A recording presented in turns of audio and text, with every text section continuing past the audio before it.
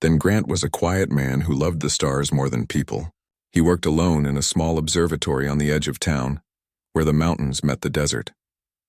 Most nights the air was cold and the sky above looked endless. To others the stars were just small lights, but to Ethan they were living stories.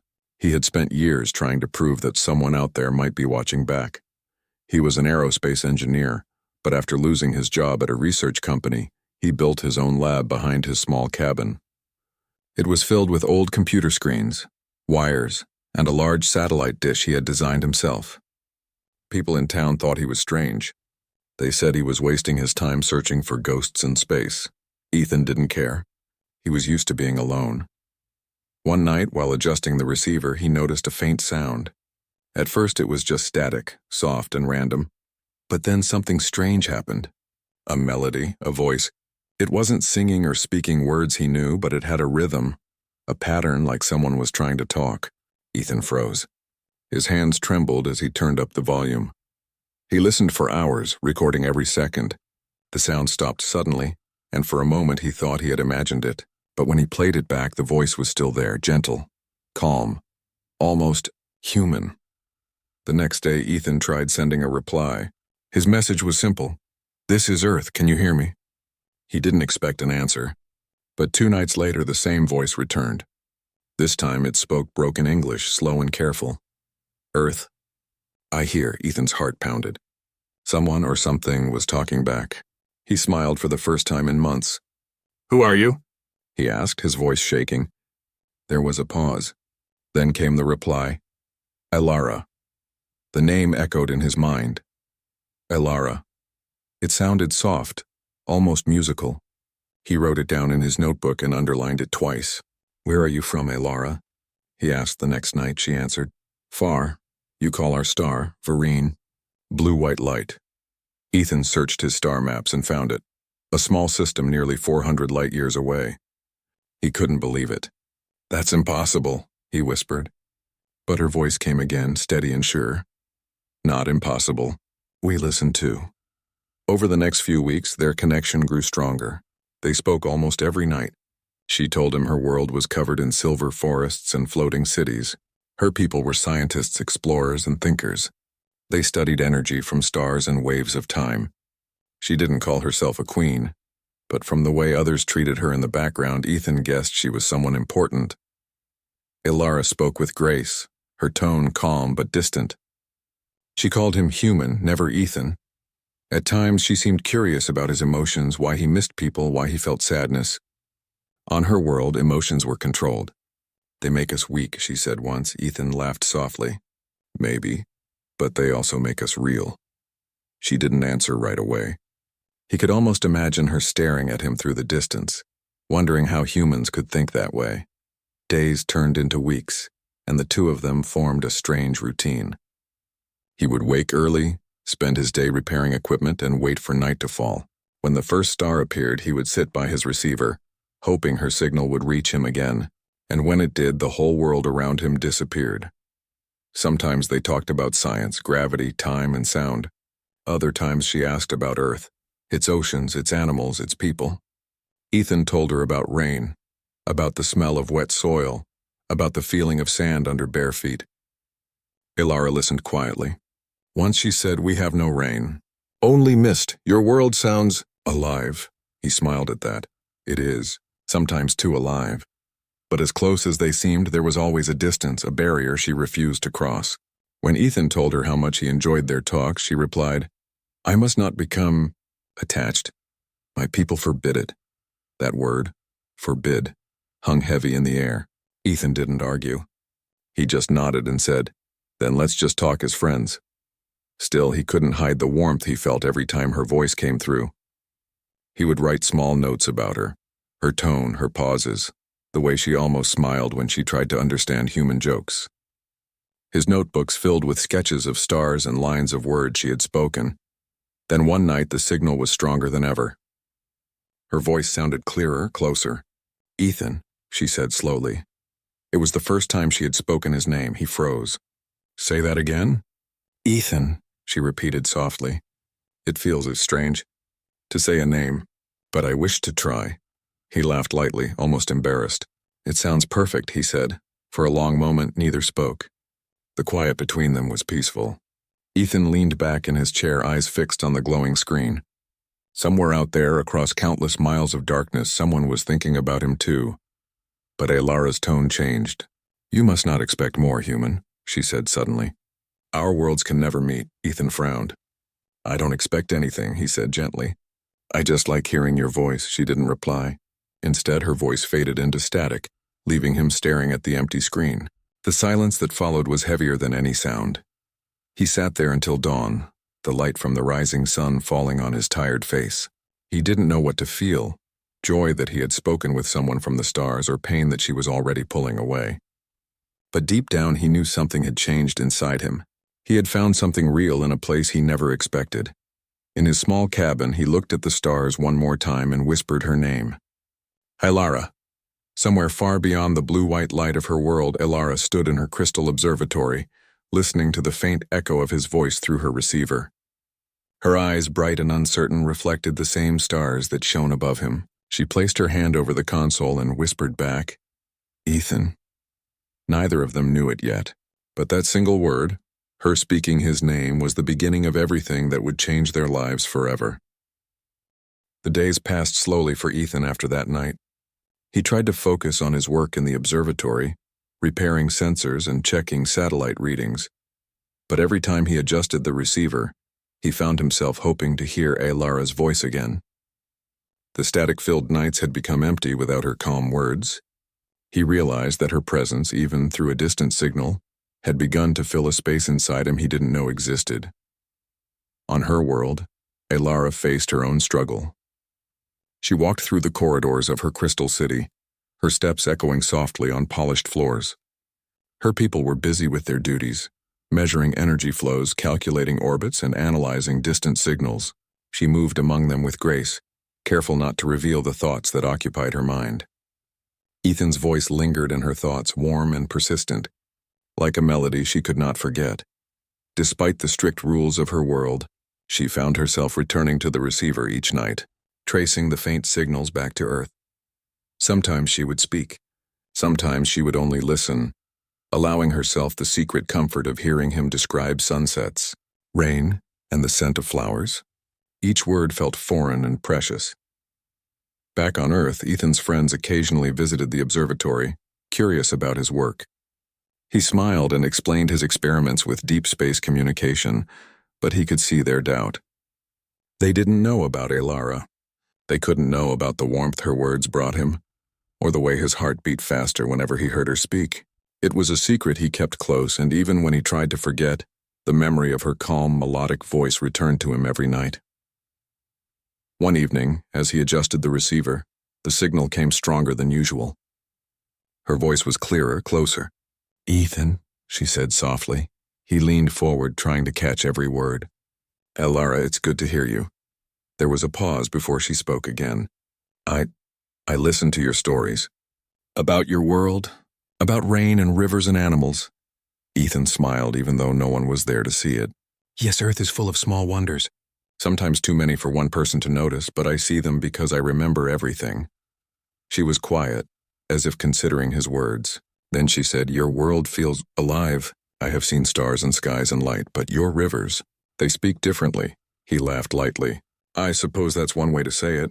Maybe you will come to see for yourself one day. Her response was slow and careful.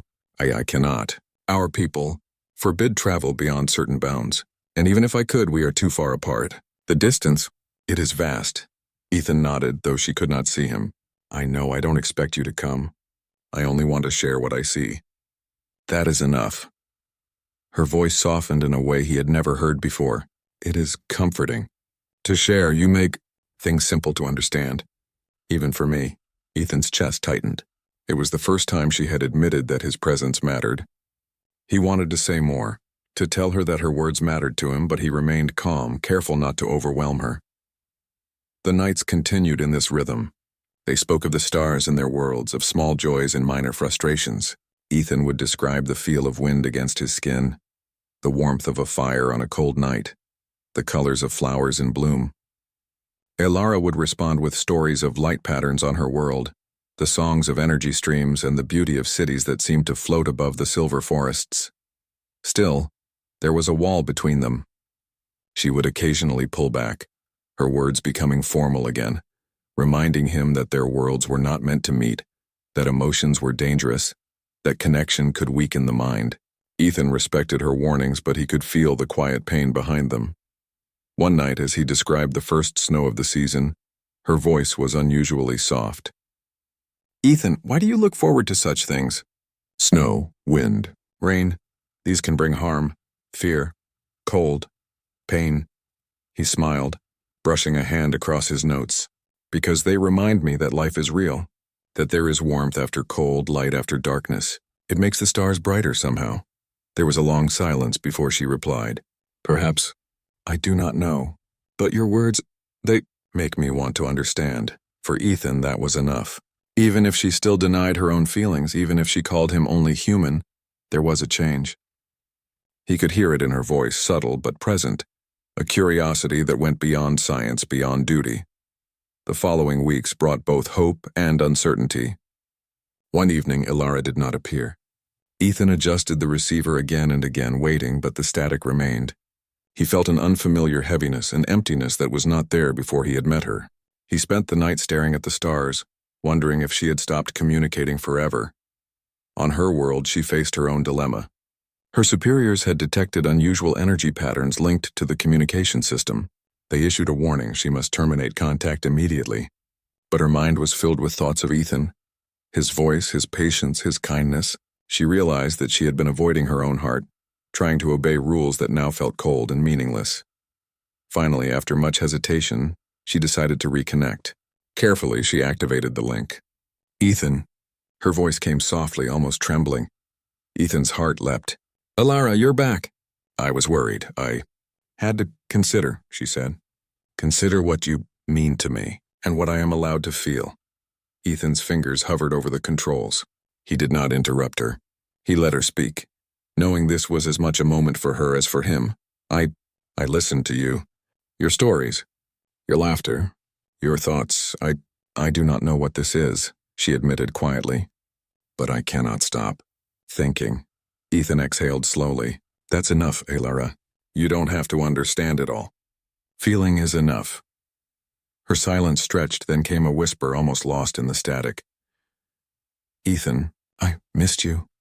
The words were simple, but they carried a weight that neither of them could measure. She had denied the possibility of emotion for so long, yet now she had spoken the truth. Ethan smiled, though tears pricked at the corners of his eyes. "I missed you too. Every night I waited. For the first time, the distance between them felt smaller, though their worlds were still far apart. A new connection had formed, one based on trust, honesty, and the quiet strength of two hearts reaching across the stars. That night, Ethan stayed at the receiver long after she signed off, replaying her words in his mind. Ilara, on her side, stood before her window, gazing at the same stars, thinking of him. They did not know what the future held, nor whether their worlds could ever truly meet. But something had shifted, even in silence. They were no longer alone, and somewhere deep in both hearts, a fragile hope began to bloom, a hope that the impossible might one day be possible, and that even across galaxies, two hearts could find a way to connect. Days turned into weeks, and the quiet bond between Ethan and Ilara grew stronger, even as uncertainty hovered over them. Ethan continued his daily routines in the observatory, yet his thoughts constantly drifted to her. Every beep of the receiver, every flicker on the screen made his heart race in expectation. He could never tell anyone about her, not his friends, not his neighbors. Even the stars seemed to hold their secret, as if the universe itself conspired to keep them apart and yet connected. Ilara, on her side, felt a strange mix of fear and warmth. Her people had strict rules against emotional attachment with outsiders. Yet, every time she heard Ethan's calm and patient voice, she found herself lingering on his words longer than she should. He described his small, ordinary life. His walks in the mountains, the quiet mornings when the world seemed to pause, the smell of freshly baked bread from the little bakery in town. To her, these were strange and beautiful experiences. His world was simple, yet rich in life, a contrast to the ordered, precise life she had always known. One evening, Ethan decided to share something personal. He spoke into the receiver, his voice soft, almost hesitant. "Hey, Lara. Sometimes I feel like I've lived my life in shadows. People I loved left or I left them, and I never really knew how to belong anywhere." There was silence on the other side. Then slowly she said, "I understand more than you think. On my world, we are trained to obey, to control, even our hearts. We are never taught how to feel, how to choose." Ethan's hand rested on his notebook. "But you're choosing, aren't you? Talking to me, listening to me, even though it's hard for you?" Her voice wavered slightly. "Yes, and perhaps I am. But I am not allowed to admit it. To anyone. Not even to myself sometimes." He smiled softly. "You don't have to admit it to yourself yet. Just let yourself feel. That's enough." The nights that followed were filled with a cautious closeness. They shared small joys and simple worries. Ethan told her about the first frost of winter, how it glittered in the morning sun and how the trees seemed to sparkle like crystals. Lara described the glow of her city at night, the way the light reflected off the silver forests, and how energy flowed like rivers above her home, yet every time their bond deepened, a shadow of doubt crept in. Lara would sometimes withdraw, reminding Ethan that their connection could never go beyond the boundaries of communication. Ethan, though frustrated, accepted it. He had learned patience. He had learned that love was not always about closeness, it could also live in waiting and understanding. One night, as Ethan was describing the smell of rain on dry soil, a sudden burst of static came through the receiver. His heart skipped a beat. When the voice returned, it sounded different, strained, almost fearful. "Ethan, they know about us," Lara whispered. He froze. "Who, your people?" "Yes. They have detected the energy patterns. They say this connection is dangerous. That I must stop." Ethan's mind raced. He didn't know what to say. "Lara, you don't have to do anything you don't want to, but if you can, I hope you stay. I hope we keep talking. I want to, but I fear the consequences. They could take everything from me. My work, my place, even my freedom," she admitted. Her words trembled with a fear she rarely showed to anyone. Ethan's hands clenched on the table. He wanted to comfort her, to tell her it would be okay, but he realized she was stronger than anyone he knew. He simply said, "I will wait for you, Lara, no matter what." For a long moment, silence filled the space between them. Then she said softly, "You are brave human. I wish I could be brave like you." The next days were tense. Communication was slower, quieter. Lara often paused, struggling to respond, and Ethan feared the worst. Yet despite the fear, he felt a quiet hope. He believed that feelings once discovered could not be ignored forever. One night, Lara returned with a different tone. "Ethan, I cannot stop thinking about you. Every signal, every word. You are always in my mind." Ethan's heart leapt. "I feel the same. I've never waited for someone like this before, and I've never felt anyone like you, Lara." She hesitated. "But we are so far apart, and I am forbidden to feel this way. I do not know how to bridge the distance." Ethan's voice was calm but firm. "Distance is only space. It cannot touch what we feel inside. Our hearts, they can meet even if our worlds cannot." Her silence lingered longer this time, but it was different, warmer, softer. She was no longer denying her feelings entirely. She was listening to them, feeling them even if she was afraid. Finally, after hours of quiet, she spoke, almost in a whisper. "Ethan, when I hear your voice, I feel something new. Something I have never felt before. That scares me, and yet I cannot stop." He smiled, his chest swelling with emotion. "Then don't stop, Lara. That is all that matters. Feeling is not wrong. It is what makes us alive." For the first time, Lara let herself stay in that feeling. The fear and rules remained, but she allowed the warmth of connection to flow through her. And somewhere, across countless miles of stars, Ethan felt it too, a quiet understanding that they were no longer just two voices in the dark. They were two hearts reaching for each other, learning how to exist across the impossible. The night ended with a promise, unspoken but understood. Ethan would wait. Lara would try to find a way. And both would continue, knowing that their connection, fragile as it was, could grow stronger if they trusted in it. That night, Ethan sat by the receiver long after the communication ended. He looked at the stars and whispered, "One day, maybe the distance will not matter.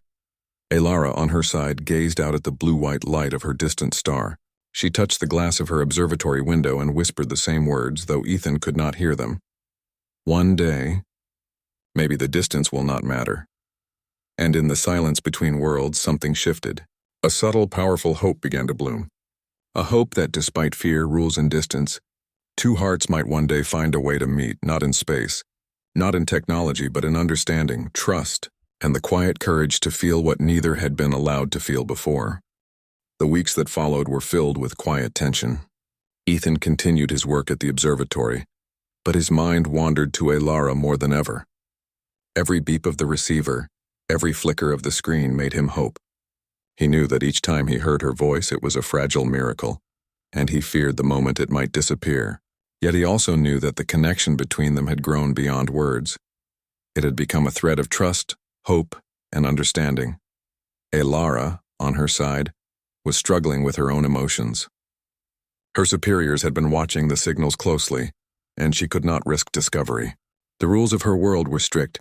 Personal feelings must never interfere with duty. Yet every night she found herself returning to the receiver, listening to Ethan describe life on Earth. His words brought a warmth she had never felt before. She could not explain why his simple descriptions of rain, wind, and sunlight made her heart feel lighter. His laughter, his curiosity, and his patience had begun to break the walls she had built around herself. One evening, Ethan shared a story of a frozen lake near his cabin. He described the way the ice reflected the moonlight, how the stars shone on its smooth surface, and how the air smelled of pine and snow. He spoke slowly, carefully, as if painting a picture with words. Alara listened, captivated. "I can see it," she whispered, though her voice trembled slightly. "It is beautiful, different from anything I know." Ethan smiled, imagining her reaction. "It is, but it is only one small part of the world. There is so much more to see, to feel, to touch. I wish you could see it for yourself." She paused, the hesitation clear in her tone. "I wish I could, but I am bound by duty. I cannot leave my world. I cannot allow myself to." Her words faltered, unspoken, and Ethan could hear the struggle in her voice. "I know," he said softly, "and I don't ask you to break rules. I only ask that you listen, that you feel. That is enough for me." Her silence was long, but it was no longer cold. It was thoughtful, reflective. She had been denying her emotions for so long, but now, listening to him, she realized that her heart was beginning to answer in a way her mind had forbidden. That night, she told him about a ceremony on her world. Her people celebrated the patterns of light from their blue-white star, a time when energy flowed freely and the skies shone with waves of color. "I will attend the ceremony tonight," she said, "but I will think of you, even when I am among many others. Your voice, it will be with me." Ethan's heart leapt. "I will be thinking of you too," he said. "Even if we are apart, we are together in that moment." As the ceremony began, Alara stood among her people, yet her mind was with Ethan. She imagined him at his observatory, looking at the stars, feeling the same quiet hope she felt. The lights of her world danced across the skies, but in her mind, the Earth's moon and stars were brighter because she thought of him. She realized that her fear of breaking rules had not prevented her heart from longing for him. When the signal returned after the ceremony, Ethan's voice sounded different, hopeful, patient, and full of emotion. "Alara, did you see it? Did the lights reach you?" She smiled softly. "Yes, but I was thinking of you. Your world, your words. They were with me more than the ceremony itself." He laughed quietly. "I am glad to know that. Sometimes I worry that my world is too small, too ordinary for someone like you." "Ordinary?" she asked, her voice filled with wonder. "Your world is alive. Your people are alive. Your nights and days, your rivers, your snow. It is not ordinary. It is beautiful. I wish I could touch it." Ethan felt a warmth spread through him. "One day maybe we can find a way. But for now, just sharing it like this is enough." Over the next few nights, their conversations grew deeper. Ethan began to ask questions about her thoughts, her dreams, and her fears. Alara responded slowly, cautiously, yet with increasing honesty. She spoke of her people's rules, the pressure to remain disciplined, and the fear of allowing her heart to lead her.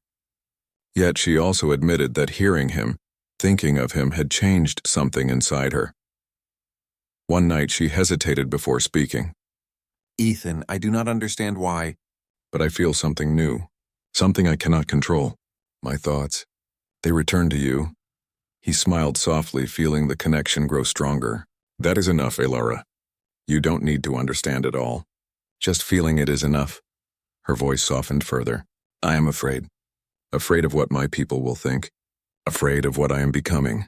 Ethan reached for the console, imagining her there. Fear is natural. It means what you feel is real.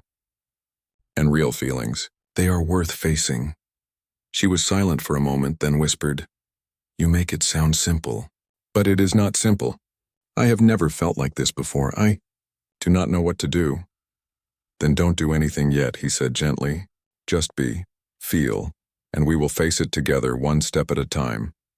For the first time, she allowed herself to relax. Her heart was responding even as her mind protested.